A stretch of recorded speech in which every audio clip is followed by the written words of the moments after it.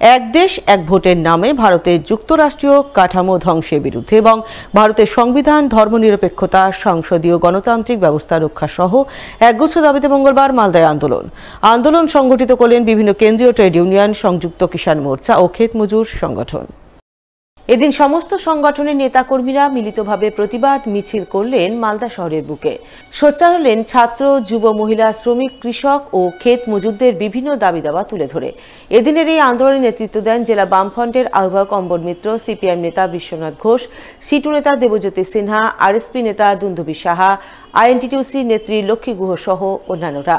তাদের নেতৃত্বেই মালদা শহরের রথবাড়ি মোড় থেকে বিশাল মিছিল বের হয়। মিছিলটি বিভিন্ন পথ ঘুরে শহরে ফোয়ারা মোড়ে পৌঁছায়।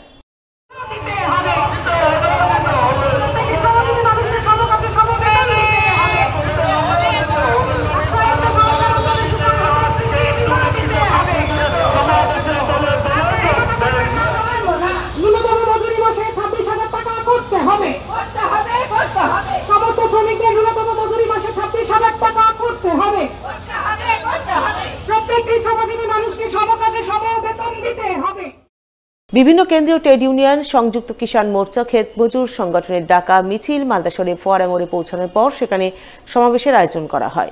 সেই সমাবেশে উপস্থিত ট্রেড ইউনিয়ন নেতৃত্ব বিভিন্ন দাবি দাওয়া তুলে ধরে কেন্দ্র এবং রাজ্য সরকারের বিরুদ্ধে সুর চড়ান। যে সমস্ত দাবিতে তারা সোচ্চার হন তার মধ্যে শ্রমিক বিরোধী শ্রমকোড বাতিল, কৃষকদের উৎপাদিত ফসলের ন্যায্য মূল্য, পরিযায়ী শ্রমিকদের জন্য দেশ জুড়ে একই আইন চালু করা, মালদার গঙ্গা ভাঙন প্রতিরোধ, ভাঙনে ক্ষতিগ্রস্তদের পুনর্বাসন ইত্যাদি ছিল অন্যতম।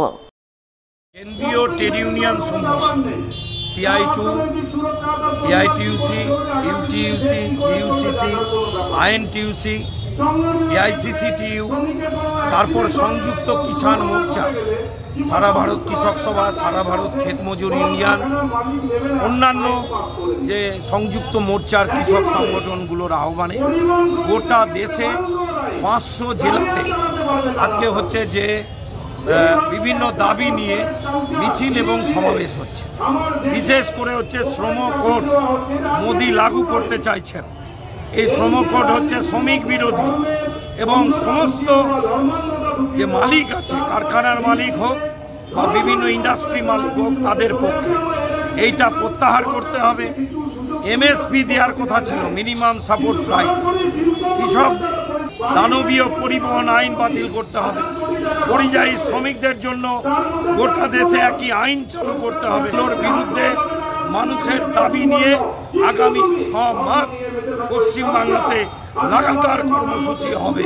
আর আমাদের রাজ্যে মমতা ব্যানার্জির সরকার ওই একই নীতি অনুসরণ করছে, তার বিরুদ্ধেও লড়াই হবে।